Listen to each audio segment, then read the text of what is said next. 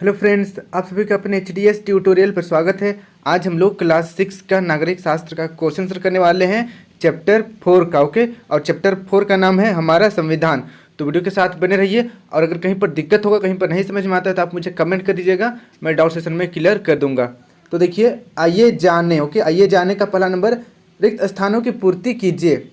पहला नंबर देखिए, भारत का संविधान खालिस्तान है जबकि ब्रिटेन का संविधान खालिस्तान है। तो इसका आंसर देखिए, भारत का संविधान जो है वो लिखित है जबकि ब्रिटेन का संविधान अलिखित है। ओके, मौखिक रूप से वहाँ का संविधान चलता है। सेकेंड नंबर क्वेश्चन देखिए, संविधान की खालिस्तान संविधान का सारांश है। तो इसका आंसर हो जाएगा प्रस्तावना। ओके, संविधान की प्रस्तावना संविधान का सारांश है। फिर देखिए तीसरा नंबर, भारत का संविधान एक खालिस्तान के द्वारा बनाया गया है।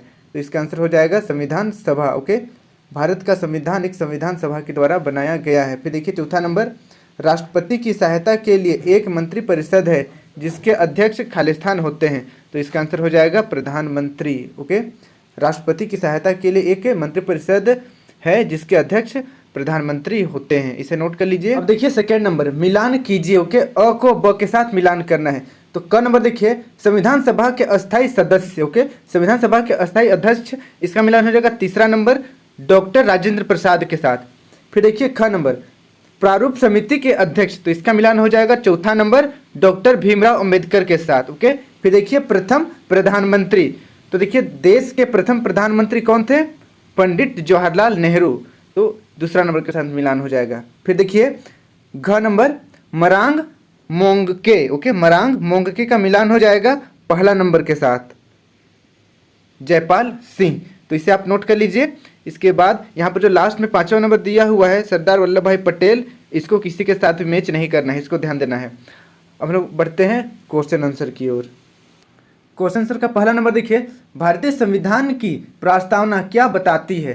तो क्वेश्चन है भारतीय संविधान की प्रस्तावना क्या बताती है? तो इसका आंसर देखिए, संविधान की प्रस्तावना हमारे संविधान का सारांश है जिसे पढ़कर हम संक्षेप में संविधान के बारे में जान सकते हैं। संविधान की प्रस्तावना उन मानव मूल्यों को उजागर करती है जो देश की एकता एवं अखंडता के लिए अनिवार्य है। यह देश के निर्माण की बात करती है जहां का हर नागरिक समान हो और हर व्यक्ति की गरिमा एवं प्रतिष्ठा सुनिश्चित हो सके। तो इस तरीके से संविधान जो है, भारतीय संविधान की प्रस्तावना जो है वह संविधान का सारांश है। इसे आप नोट कर लीजिए। फिर हम लोग बढ़ेंगे सेकेंड नंबर की ओर। सेकेंड नंबर का क्वेश्चन है, संविधान सभा के अस्थायी अध्यक्ष कौन थे? तो बताना है कि संविधान सभा के अस्थायी अध्यक्ष कौन थे। तो इसका आंसर हो जाएगा संविधान सभा के अस्थायी अध्यक्ष डॉक्टर सच्चिदानंद सिन्हा थे। तो इसे आप याद कर लीजिएगा, डॉक्टर सच्चिदानंद सिन्हा, इसे नोट कर लीजिए। फिर हम लोग बढ़ते हैं अब तीसरा नंबर की ओर। तीसरा नंबर का क्वेश्चन है, डॉक्टर भीमराव अंबेडकर को भारत के संविधान का जनक क्यों कहा जाता है? तो इसका आंसर हो जाएगा देखिए, बाबा साहेब डॉक्टर भीमराव अंबेडकर को भारत का संविधान निर्माता कहा जाता है। वे संविधान मसौदा समिति के अध्यक्ष थे और उन्हें संविधान का फाइनल ड्राफ्ट तैयार करने में 2 साल 11 महीने और 17 दिन लगे। पूरे देश में 26 नवंबर को संविधान दिवस के तौर पर मनाया जाता है। तो इसे आप नोट कर लीजिए। फिर हम लोग बढ़ेंगे अब 4 नंबर की ओर। 4 नंबर का क्वेश्चन है, संविधान किसे कहते हैं? ओके, संविधान किसे कहते हैं? तो इसका आंसर देखिए, संविधान एक लिखित दस्तावेज होता है जिसमें नियमों एवं कानूनों का संग्रह होता है और जिसके द्वारा कोई राज्य शामिल होता है, साथ ही साथ उन नियमों द्वारा व्यवस्थित, न्यायपूर्ण एवं सभ्य समाज का निर्माण किया जा सके। तो इसे आप नोट कर लीजिए। इसके बाद हम बढ़ते हैं नेक्स्ट क्वेश्चन की ओर।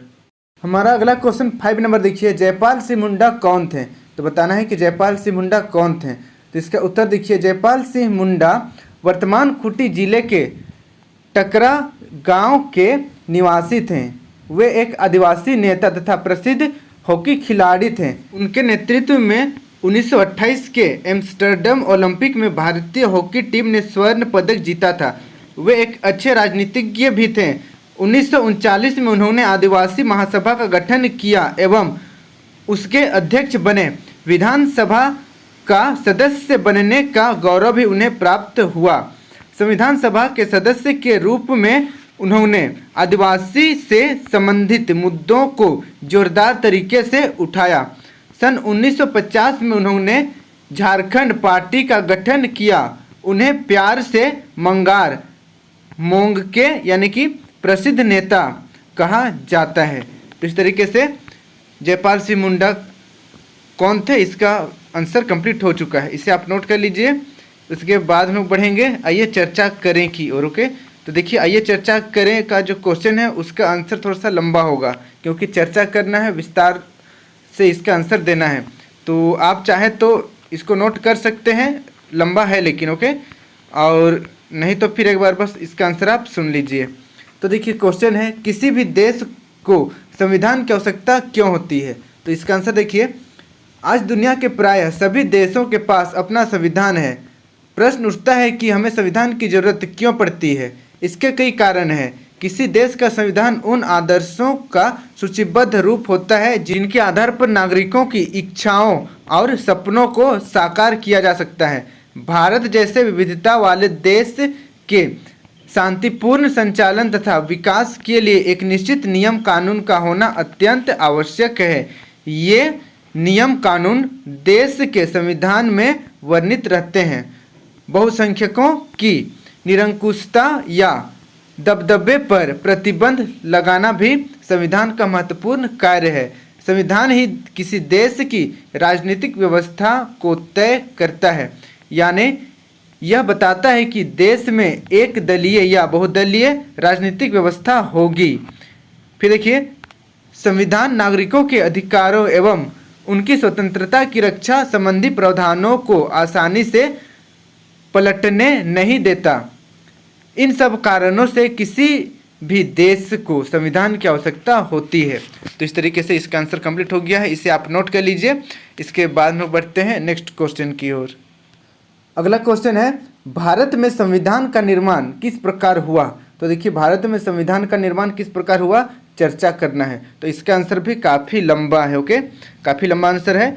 आप चाहे तो शॉर्ट कर सकते हैं, अन्यथा बस एक बार इसे सुन लीजिए, कम से कम आपको थोड़ा सा याद रहेगा कि किस प्रकार हुआ था। तो देखिए इसका आंसर, हमारा देश 15 अगस्त सन 1947 को आज़ाद हुआ। वर्षों की गुलामी के बाद आज़ाद भारत के शासन व्यवस्था को सुचारू रूप से चलाने के लिए यह जरूरी था कि देश के सभी नागरिकों द्वारा स्वीकृत एक संविधान हो। हमारे देश के संविधान के निर्माण की शुरुआत आज़ादी की लड़ाई के साथ ही शुरू हो गई थी। कैबिनेट मिशन योजना के अनुसार 1946 में संविधान सभा के चुनाव हुए। अगर देखिए, निर्वाचन के लिए निम्न तथ्यों का ध्यान रखा गया। क नंबर, प्रत्येक 10 लाख की जनसंख्या पर एक प्रतिनिधि हो। ख नंबर, निर्वाचन में वयस्क मताधिकार के सिद्धांत को मान्यता नहीं दी गई, वरन प्रांतीय विधानमंडलों को ही विधानसभा के सदस्यों के निर्वाचन का अधिकार दिया गया। आगे देखिए, संविधान का प्रथम अधिवेशन 9 दिसंबर सन 1946 को संसद भवन के केंद्रीय कक्ष में आरंभ हुआ। 11 दिसंबर सन 1946 को डॉक्टर राजेंद्र प्रसाद संविधान सभा के अस्थायी अध्यक्ष निर्वाचन हुआ। आगे देखिए, संविधान सभा द्वारा कुछ समितियों का गठन किया गया था। 29 अगस्त 1947 को संविधान सभा के प्रारूप समिति की नियुक्ति की। डॉक्टर अंबेडकर इस समिति के अध्यक्ष बने। प्रारूप समिति के अध्यक्ष के रूप में संविधान निर्माण में डॉक्टर अंबेडकर की महत्वपूर्ण भूमिका रही। इसी कारण उन्हें भारतीय संविधान का जनक कहा जाता है। भारतीय संविधान 26 नवंबर सन 1949 को स्वीकृत किया गया तथा 26 जनवरी सन 1950 को पूरे भारत में लागू हुआ। संपूर्ण संविधान के निर्माण में 2 वर्ष 11 महीने और 18 दिन का समय लगा। तो इसे आप नोट कर लीजिए। इस तरीके से हमारा चैप्टर 4 का क्वेश्चन आंसर कंप्लीट होता है।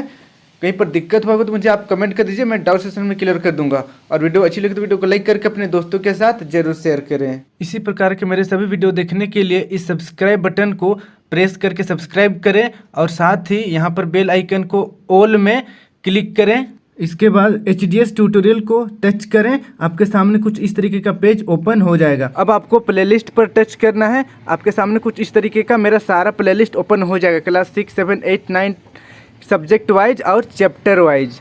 तो यहाँ से आप सारा वीडियो मेरा देख सकते हैं। धन्यवाद।